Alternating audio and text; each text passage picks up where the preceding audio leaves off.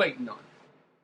That's why. And as soon as he got that in his head that he was wanted, because the biggest part about being a professional ball player is knowing that you're wanted. That's what a lot of them want to hear, that they are wanted. Once you get it that you're wanted by your team that you're playing with right then, smooth sailing from there. Exactly. And I'm sure that, But the bitch about it, just because he had a change of heart, who gives a crap? Yeah, that it was funny just to see the reactions, everything like that, and listen, this is how I look at it too, is that DeAndre realized he's in the best, except Kevin said, you got Chris Paul, you got Paul Pierce coming to the team, Lance Stevenson even get his head right, you got Doc Rivers, who's got a ring with Boston Celtics, so he can obviously coach pretty good. So they got a bench, J.J. Redd. Now they traded away Matt Barnes, but they needed some forwards that can create their own shot at the small forward position. I think it's a solid move for him to go back. You can't knock him because you got Dirt, and I know Dirt is the ultimate professional. He's taking pay. But he's 437 years old. True. And, and he's it. But you know what the funny thing is? Wow. Chandler Parsons was overreacting. Mark Cuban was overreacting. Dirt and say a word. No, because Dirt is a professional. Look, because Dirk's over in Germany listening to David Hasselhoff records. He don't care. He don't care. He's Chandler should have kept his... Chandler, play a whole season, then bitch. And you my boy, Chandler. Yeah. But play a whole season, then you can say something. Mm-hmm. You weren't there half the time anyway, so just shut up about it. You didn't even play the whole season for Dallas. You haven't been there a whole year yet. Just hush. Yes. Just hush, dude. Let it go. Let it go. Who cares? Now, before we move off this here, what do you think about the whole emoji battle on Twitter when they was, Blake Griffin went ahead and put in the car in the boat and it finds it there, and then JJ put in there how they gonna get to DeAndre Jordan, and then they showed a chair on the door. What do you think? I thought it was funny. I thought it was funny. People were like, "Oh, he should have called him." He don't have to do shit. That's what people need to realize. You don't have to do anything. No. You don't have to do nothing. And that's when Twitter is golden, man. When stuff happens like that, that was funny. That was funny. That how everybody got into it, and then even just everybody went crazy about it. Like Kobe's talking about, and then how does it work? Oh, I got 6 rings. 1, 2, 3, 4, 5, 6. So it was funny how everybody just kind of got involved with it, and it was. That's when you enjoy Twitter and stuff like that, when stuff goes on like that. It's just having a good time, and of course, Mark Cuban, he didn't take it in stride. And like Kevin just went on the whole rant about that. Kevin did a good job covering that, but I thought the whole emoji battle was hilarious, man. Hilarious. I'm just getting tired of fucking emojis. Period, huh? Have you not seen who the first NFL team to create their own emojis was? The Jacksonville Jaguars have created a whole freaking keyboard that goes on your phone that has Jaguar emojis. The first NFL team to ever done it. I'm like, really? Like, we need emojis? I'm like, I tried to use it and I was like, I'm done. Nah, you done. So the Wild Wild West, like I told Kevin, has been great, and then you got the Golden State. America scored. You got the Golden State Warriors, defending champions, so they had to come back with these strong teams. And then, of course, no one is talking about the Thunder, who's get Kevin Durant and Russell Westbrook back at full health, with Billy Donovan at head coach. They signed Cantor back. I mean, this seemed like to be a 4-team race. And then the Houston Rockets went ahead and traded for Ty Lawson if he can calm down his alcohol problems. Not in Houston on that team. for a first-round draft pick. So, I mean, the West is going to be crazy, man. The West is always fun to watch. The West was nuts with everybody switching teams. The East was crazy with everybody retaining all their players on the teams that you're thinking are going to be the elite teams. Yeah, I mean, as far as the East, the only 2 notable players I think that moved were DeMarre Carroll and Greg Monroe. It's the only 2 I can really think that moved from their teams, but we already knew Monroe was going to leave because... Yeah, he was like, I'm out. Yeah, he took the qualifying offer and then whatever. And then, so, I mean, but it seemed like everybody in the East stayed. And then Kevin, I know you want to go on about your boy Dwayne, and everybody was talking about he was going to leave. Shut up. Y'all people were idiots if you said he was going to leave. If someone goes, Dwayne Wade's going to leave, I just looked at him and went, kind of like I looked at you on draft night when you said, "Oh, that's his replacement," I looked at you and said, "He ain't going nowhere." I was like, he's not going to go anywhere. I did that to rile you up. Yeah, I tested that to you. You was like, "Yeah, we got y'all." Like, "Yeah." I said, "The Wayne Wade replacement." And I went, "He ain't going nowhere." You know what's funny? Johnny was sitting by me at the draft party. He would just start laughing. He was just like, "Cause I bet I know how you respond." He was like, "Yeah, in like 3 years." And Johnny, when you said that, Johnny started laughing. Like, "Yep, I knew he was going to say that." What I put? Yeah, in 3 years he's going to be going. Yeah, like in 3 years. Yeah. I started laughing. So, but a great offseason. Talk about your team in particular and sell them to Miami. Sell them to Miami. Tell your players that come here and they're resigning back. Look at the starting five for the Miami Heat. That's all you got to do. Look at who's going to be starting for the Miami Heat. Dragic, Wade, Bosh, Whiteside. Now we have a true center, and Luol Deng. And then you're going to have we got Green. Gerald Green. Yep, we got Green. Amari Stoudemire. You have bench people. We have the nucleus is set now to make another run. You got Ding who's going to play defense, but he's going to get rotated in and out a lot. But you still have their starting five alone. I'll put up against any starting five that's in the Eastern Conference. I don't care. I'll put them right up there against it.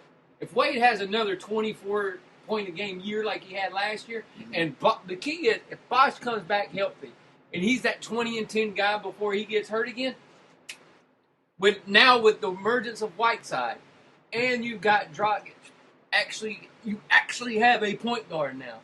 Instead of trying to depend on Mario Chalmers, you have a point guard. And you set him up with those guys. It's crazy. Y'all do got a great starting five, and I'm intrigued to see. And that's the thing, it's health with y'all guys, health. And I'm intrigued with it because Dwayne Wade is still showing that he's a capable scorer. Chris Bosh is an inside-out guy who's he's got to stay healthy. It ain't even staying because this was his first big thing. Mm-hmm. This was a scary thing too. So this was one of those things to where you was like, is he even going to be able to come back? Yeah. From this, it was so bad. Mm-hmm. The key is, he put out a thing on Twitter. He goes, I'm back, and he was sitting there and he showed a picture of the gym that he was in. Right. But he's the key. He's the key. If he gets back into old Chris Bosh form, it's scary. It's scary for the league because people still forgot about Toronto Chris Bosh. Yeah. People forgot about him after those 4 years. And I told people, I was like, just like the guy that said he wasn't a superstar. I'm like, okay. What other 20-10 guy do you have is not a superstar? I'm like, I'm waiting. The guy never could answer me. So there you go. But I'm looking real forward to the Heat season. Them getting out there with that starting five, and hopefully they all stay healthy. Yeah, that's the thing. And the good thing is with the draft and with picking up Winslow and everything, you're going to be able to give Wade some more breaks. Because you're going to have guys like Winslow. And then some of the Summer League guys that they're going to be bringing in that play really well. I don't take much stock in Summer League because Johnson did really well for because they're all... Yeah, he played really good. Well. But they're all playing against mediocre talent, per se, you want to say. You can't really get a true judge because they're not playing people on the grandest stage. They're playing them at this small, hey, we got you. Come on in, give us a tryout. So, but you're able to tell a little bit of their game by watching them in the Summer League. But I think he'll be able to come in and give Dwayne that little break if he needs it a few games to rest up and everything like that. All right. It should be fun. Good deal. They should battle Cleveland easily. There you go. Easily battle Cleveland. It's gonna be a fun. As far as the East too, it's gonna be competitive. Hell, they would have battled Cleveland last year if Bosh wouldn't have got sick. It would have been intriguing. They would have battled them easily. Because they beat the crap out of Cleveland, too. The 2 games Cleveland won, they won by like 6 to 7 points. The 2 games Miami won, they won by 20. And they just annihilated them. Like, they made them look silly. And that's when Whiteside was starting to emerge. When emergent, he was the best thing that could have happened with all the bad things that happened last year, was finding him. And he's going to get paid next year, too. Yeah, and everything like that. He's going to get paid next year, too. And I think with him box being there, the spacing will be better for him and everything like that. It's gonna be vice versa, so it'll be fun. Plus, he's a rim protector until he gets his fingers stuck in the net, hurts his hand. But he'll be all right. As long as he don't do any foolish thing, hopefully someone get in his ear and tell him, hey, no trying to club people, all right? This ain't WWE. Yeah, don't clothesline. don't try to do Hulk Hogan leg drop. There you go. You'll be all right. All right, well, as you talked about your Heat, I talked a little bit about my Magic. We didn't do much in free agency. We did try to make a splash for Paul Millsap. When your team is in this rebuilding phase and everything like that, and you gotta overpay for some of these free agents and everything like that. So it saves a lot to Rob Hennigan, and as a matter of fact, I do appreciate him, at least being at his door or calling him on the phone at 12:01 and saying, hey, we want to offer you a contract and give you a mass deal. So and there was a lot of things where he was considering at least taking it. And I was like, you know what? This is what you got to do. You have to overpay right now until you actually become good. And exactly. So the thing about the Magic, they're a young, intriguing team with a lot of young pieces. And we got C.J. Watson. We got some shooters that'll help us out. Jason Smith, someone that he played with the Pelicans then the Knicks. I think he was with the Heat. Was he? 1 year. I think it was last year. Jason Smith? I think it was last year he was with. I remember some kid named Smith. So, that was a pretty good shooter. But to those free agents, you come into a young and upcoming team. This is very mysterious. Let's put it this way. They got a lot of young talent. They're trying to put it together. So hopefully it's a Scott Scout's job to do that. Definitely they do got some time to win some games. So hopefully with the spacing, because that was one of the things that bugged me last year watching this team, is that our three-point shooting was just horrible. Tobias was probably the best when he did improve in that aspect, but he's got to improve in his defense.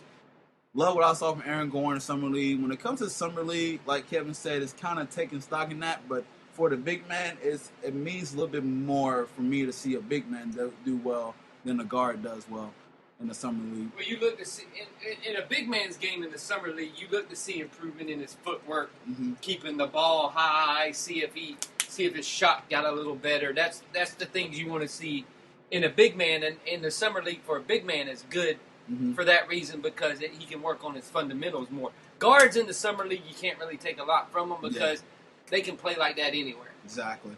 And so with that, it was great to see Aaron Gordon, because there's still a lot of criticism taking him at the 4th pick. So yeah, there's a lot of criticism. There's a lot of criticism. So it was kind of seen that easing that. Now the guy ended up breaking his jaw, roughhousing with his brother, so he is down till probably about 4 weeks. So he's got a fractured jaw.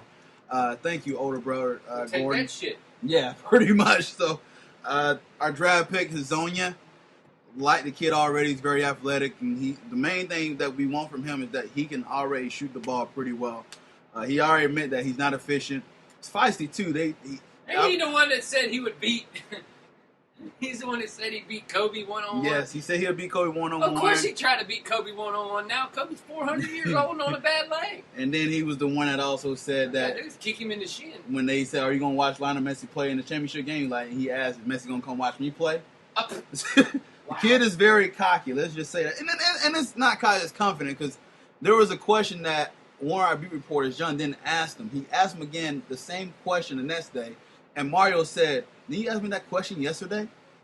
So the kid got a little bit of cockiness to him, and he had one of the best dunks in Summer League where he just dunked on somebody one-handed. I kind of felt my seat when I was watching here on the couch here. So a lot of optimism with Orlando Magic moves. So C.J. Watson, just kind of be there and lead Elfrid Payton a little bit, and God help him work on his shot a little bit, please.